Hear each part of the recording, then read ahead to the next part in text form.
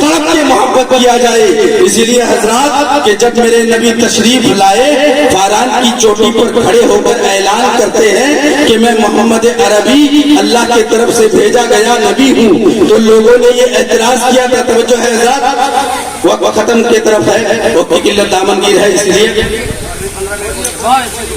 اور تھوڑی دیر مجھ کو برداشت کر لیجئے. ذرا مچل کے کہیے سبحان اللہ, دونوں ہاتھوں کو اٹھا کر کہیے سبحان اللہ. ذرا مسکراؤ یار, بیداری کے ساتھ حضور کا ذکر سنو. اتنی خاموش مزاجی کے ساتھ تم کیا کر پاؤ گے؟ ابھی حضرت نے آپ تمامی حضرات کو محبت کا درس دیا, کہا کہ آپ لوگ اگر حضور سے پیار کرتے ہیں تو آگے آ جائیے. آپ لوگ جان دینے کے لیے تیار کھڑے ہو گئے, لیکن آگے آنے کے لیے تیار نہیں ہو پائے. تو بھائی یہ دلیل